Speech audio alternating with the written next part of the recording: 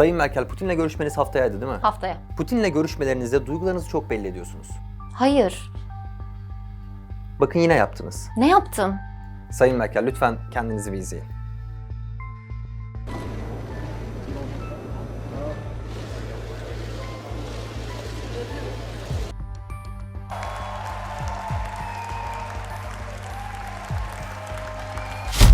Angela Merkel. Birbirleriyle rekabet için her zaman güçlü ve soğuk görünen erkeklerin arasında rengarenk ceketleriyle duygularını kontrol edemeyen, ne düşünürse yüzüne yansıtan bir kadın. Aynı zamanda dünya siyasetinin merkezinde bir ülkenin 16 yıldır başbakanlığını yapacak kadar da güçlü. Peki Angela Merkel kim? Ben Duygu Göktürksoy'dan ve karşınızda Angela Merkel'in profili.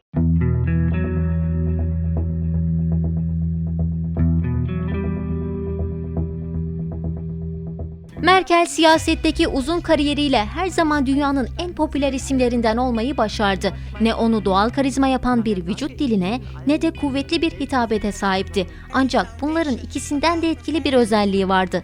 Zekice planlar kurma ve sabırlı şekilde bekleme. O sadece Almanya'nın başbakanı değil, aynı zamanda Avrupa Birliği'nin de fiili lideri. Aynı zamanda yine Avrupa genelinde pek çok parti ve lider içinde sıkı bir müttefik, hatta rehber destek yeri. Forbes dergisi ise bu ismi 10 kere üst üste dünyanın en güçlü kadını olarak işaret etti. Peki bu güç nereden geliyor? Merkel 17 Temmuz 1954'te Hamburg'da Lutheran bir papazın kızı olarak dünyaya geldi. O yıllarda henüz Berlin Duvarı yıkılmamıştı. Ülke Doğu ve Batı Almanya olmak üzere ikiye ayrılmıştı.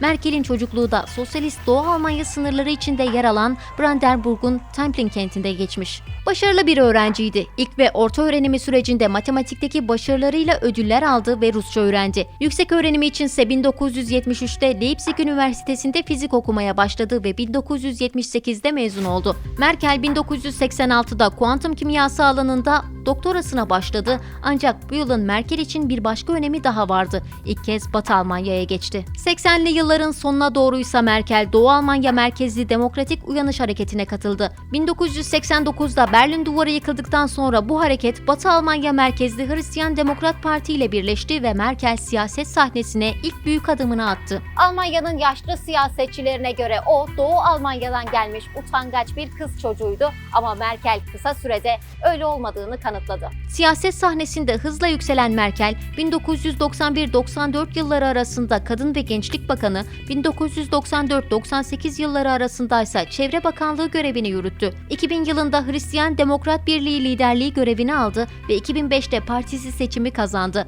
Merkel ise Türkiye'de başbakanlığa karşılık gelen Almanya şansölyesi oldu. O tarihten bugüne de koltuğu kimseye bırakmadı. Merkel 2018 yılında parti liderliği görevinden ayrıldı. Aynı yıl siyaseti de bırakacağını açıkladı, ancak başbakanlık görevini 2021 yılına kadar sürdüreceğini, bunun son dönemi olduğunu belirtti. Peki Merkel nasıl bir siyasetçiydi? Neonaziler kısa ismiyle bilinen NSU, yani Nasyonel Sosyalist Yeraltı Örgütlenmesi, Merkel'in bizim açımızdan önemli sınavlarından biri oldu. Türk azınlığa karşı işlenen bu cinayetleri aydınlatacağını söyleyen Merkel'in sözleri maalesef yalnızca sözde kalabildi. Merkel'in Avrupa Birliği ülkeleriyle ilişkileri de bazı kesimler tarafından emperyal olarak nitelendirildi. Fransız Cumhurbaşkanı Emmanuel Macron'la kurduğu yakın ilişki buna bir örnek. Fransız ulusalcı aday Marine Le Pen, Macron'a rakip olduğu seçimlerden önce ülkeyi bir kadın yönetecek, bu ya ben olacağım ya da Merkel dedi.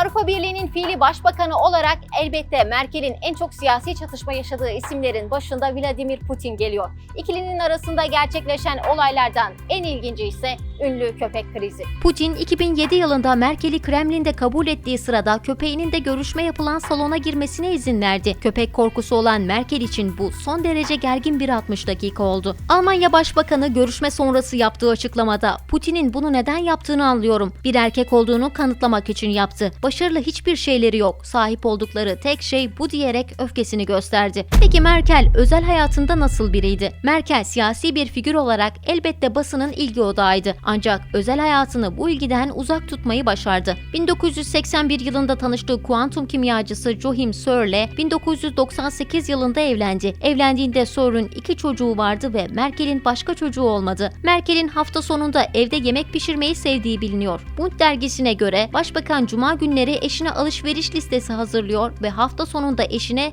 2 üvey çocuğuna ve torunlarına bizzat kendisi yemek hazırlıyor.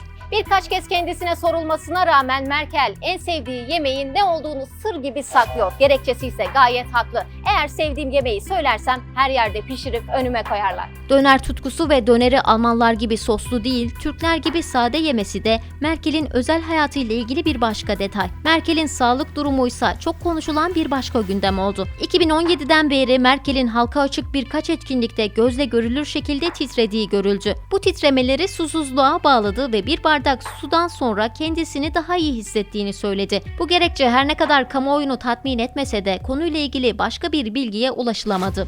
Eğer kararını değiştirmezse içinde bulunduğumuz sene Merkel'in aktif siyasetteki son senesi olacak. Ancak tarih onu ve anılarını her zaman hatırlayacak.